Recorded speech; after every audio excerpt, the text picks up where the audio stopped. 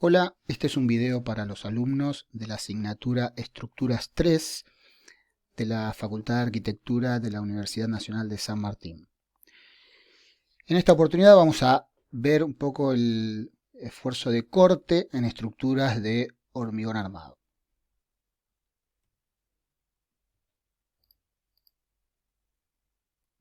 Bien, estamos hablando de corte en flexión, ¿sí? Vamos a repasar primero, si me permiten, un poquito qué es el esfuerzo de corte, qué es el corte en estructuras flexadas. Para eso vamos a recurrir al caso más sencillo que se nos puede ocurrir, que es una viga simplemente apoyada con una carga distribuida en toda su longitud, una carga Q, que me genera los diagramas de esfuerzos característicos que están dibujados en pantalla, el diagrama de momentos, positivo en toda su longitud, y el diagrama de corte lineal a lo largo de la longitud con máximos en los extremos, en las reacciones de vínculo de la viga, y mínimo en el centro donde el momento es máximo. Pero analicemos un poco qué es físicamente, dejo ahí el diagrama de esfuerzos característicos, pero veamos qué es físicamente ese esfuerzo de corte. Pensémoslo de esta manera. Vamos a suponer la longitud de esa viga, la longitud de esta viga, cortada en una serie de lo que serían dovelas en un puente fabricado de esta manera, de elementos prefabricados, o secciones, ¿sí? A las que suponemos unidas entre sí por un pegamento que es, digamos, resistente a ese esfuerzo de corte, ¿sí? Y con su porción de carga distribuida que le corresponde a cada una de esas dovelas. Y veamos qué pasa en la deformada. Recordemos que lo que siempre decimos es que la deformada es lo único que realmente existe en nuestras estructuras flexadas, ¿no? En nuestras estructuras en general. Es la deformada. Bueno, dibujemos la deformada a ver cómo es. Es esta que está acá, de un apoyo hasta el otro. Y veamos lo siguiente, ¿cuál es la deformación vertical o el desplazamiento vertical que tiene la primera dovela respecto a la segunda dovela? Es este esfuerzo que está acá, que es, perdón, este esfuerzo no, esta deformación, este deslizamiento o este desplazamiento que hay entre la primera y la segunda dovela, es este que está acá. Luego, esos deslizamientos o desplazamientos son cada vez menores, prácticamente imperceptibles cerca del centro, ¿sí? Prácticamente imperceptible, y en realidad nulo en la dovela central, ¿sí? En esta dovela central, respecto a la siguiente y a la anterior, no hay desplazamiento vertical, ¿sí? Quiere decir que este esfuerzo de corte, ¿sí? Este esfuerzo de corte máximo cerca del extremo es proporcional a la deformación relativa vertical que existe entre la primera y la segunda dovela, ¿sí? Y este desplazamiento mínimo cercano al centro también es proporcional a la deformación relativa, al deslizamiento relativo que hay entre la dovela más cercana al centro y la anterior. Y de hecho, la dovela central no tiene esfuerzo de corte porque no hay desplazamiento relativo entre ella y la siguiente. Analicémoslo ahora de otra manera, con deslizamientos horizontales, ¿sí? Supongamos que tenemos que esta viga no es, digamos, homogénea, sino que está formada por una serie de tablones, ¿sí? Una serie de tablones, uno arriba del otro, como los tablones de la obra, pero en lugar de poner uno, ponemos, en este caso pusimos 4 tablones, uno arriba del otro, y caminamos por arriba del tablón, le ponemos carga gravitatoria arriba del tablón, de los tablones.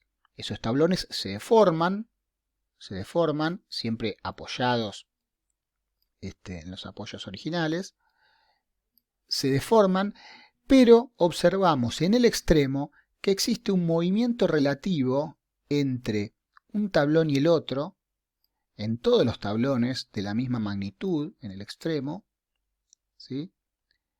Un deslizamiento máximo. ¿Por qué decimos máximo? Porque si observamos una sección más cercana al centro, ese deslizamiento es mucho menor y de hecho en el centro el deslizamiento entre un tablón y el de abajo es nulo, coincidiendo con el diagrama de Cortes, ¿sí? El máximo deslizamiento horizontal se encuentra donde tenemos máximo esfuerzo de corte. Además es máximo en un extremo y en el extremo opuesto también es máximo, aunque en el sentido contrario, como así lo marca el diagrama de corte. Entonces, podemos decir que si sumamos los dos efectos que se producen al mismo tiempo, son simultáneos, el deslizamiento vertical y el deslizamiento horizontal, hacen que en la deformación de la viga, ese cubito que tenemos dibujado acá o ese cuadradito que tenemos dibujado acá en el lateral de la viga, se transformó en una especie de rombo, ¿sí? Producto de un deslizamiento horizontal de las caras superior e inferior de ese cubito y producto de un deslizamiento vertical entre las caras verticales de ese cubito, ¿sí?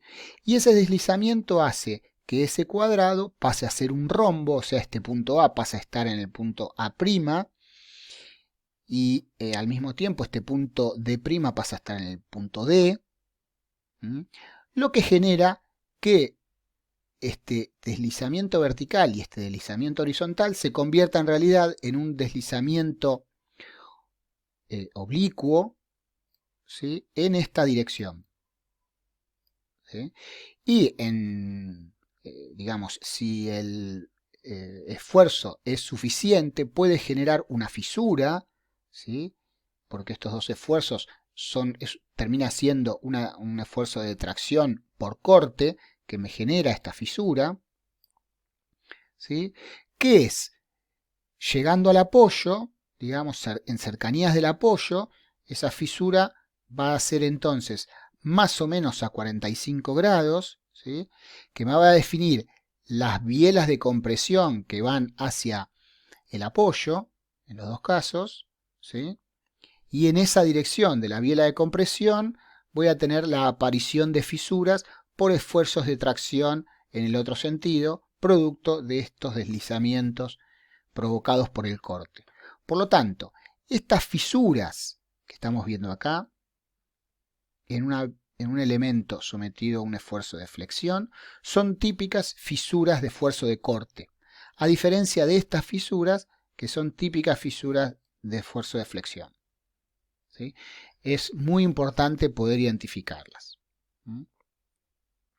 Bien, entonces, si en términos generales, ¿sí?, la resistencia última tiene que ser menor a la resistencia de diseño, ¿sí?, y esto es, digamos, un coeficiente phi, en este caso de corte, que es distinto al coeficiente de flexión, por la resistencia al corte que me otorga el hormigón, más la resistencia al corte que me otorga el acero, ¿sí?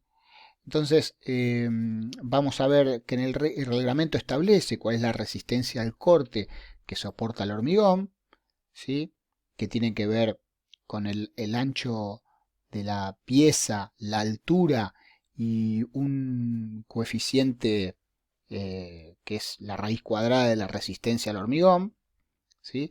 Entonces, esta expresión, que es un poco rara, digamos, la da el reglamento como resistencia al corte que me aporta el hormigón solo, Es una fórmula un poco rara, pero está tomada de ensayos, ¿sí?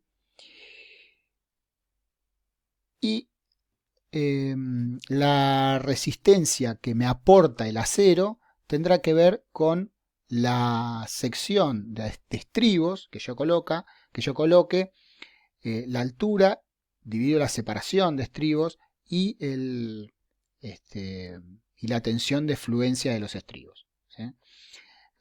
Esa armadura yo la puedo poner idealmente a 45 grados, por ejemplo en forma de estribos, o en forma de barras dobladas. Si las barras que yo ponía en el centro del tramo, cuando llegan al apoyo, las doblo porque ya la necesidad de flexión es menor, entonces las doblo a 45 grados. Esa armadura doblada me puede estar tomando parte de los esfuerzos de corte o de tracción por corte que se me generan en el extremo, siempre en forma perpendicular a las posibles fisuras por corte, ¿sí? Esto se usaba antiguamente, ahora ya se usa menos. Los estribos inclinados también se usan muy poco, y la solución más común adoptada es la de los estribos verticales, que si bien no están en dirección de la fuerza de tracción provocada por el corte, son igualmente efectivos.